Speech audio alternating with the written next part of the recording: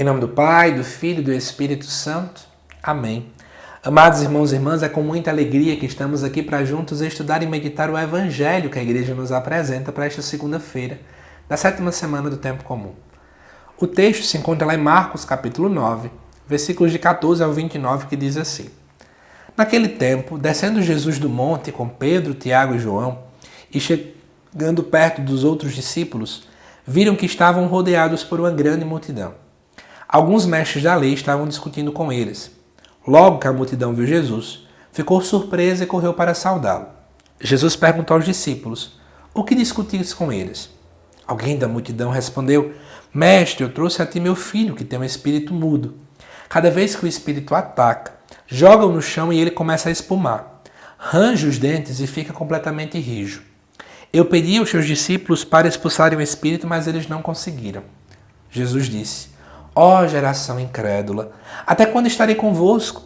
Até quando terei que suportar-vos? Trazei aqui o menino. E levaram-lhe o menino. Quando o espírito viu Jesus, sacudiu violentamente o menino, que caiu no chão e começou a rolar e a espumar pela boca. Jesus perguntou ao pai: Desde quando ele está assim? O pai respondeu: Desde criança. E muitas vezes o espírito já o lançou no fogo e na água para matá-lo. Se podes fazer alguma coisa, tem piedade de nós e ajuda-nos.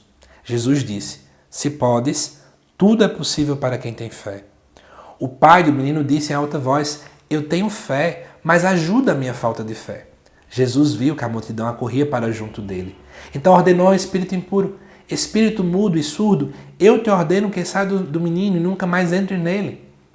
O espírito sacudiu o menino com violência, deu um grito e saiu. O menino ficou como morto, e por isso todos diziam: ele morreu. Mas Jesus pegou a mão do menino, levantou e o menino ficou de pé.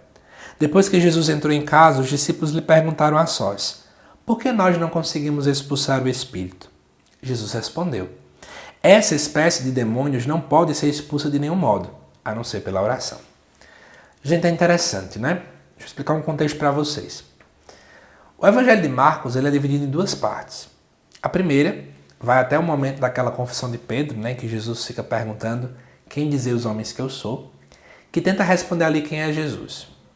O foco ali é em milagres. Depois desse momento, agora a resposta é quem são os discípulos. Então esse texto, o foco dele não é nos milagres, é nos discípulos. O que a gente percebe? Todo discípulo que se preze precisa imitar o mestre. E eles não conseguiram imitar Jesus. Qual o motivo? Falta de fé e falta de oração.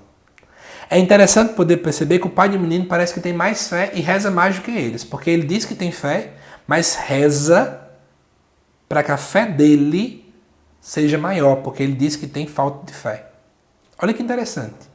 Ou seja, às vezes a multidão, que era mais superficial, demonstra-se mais orante e mais desejosa de fé do que os próprios discípulos. E aí está o grande absurdo. Repito, todo discípulo que se preze tem que imitar o mestre. E para imitar o mestre, tem que ter fé, tem que ter oração. Eu trago essa meditação para todos nós. Será que nós estamos buscando ter fé? Será que nós estamos em dia com a nossa oração? Ou a gente só reza diante das precisões? Convido você a reflita sobre isso. Aquele que é discípulo tem que parecer com Cristo. E para parecer, sem a fé e sem a oração, a gente não vai conseguir. Que Deus te abençoe. Eu te aguardo nos próximos vídeos aqui do canal.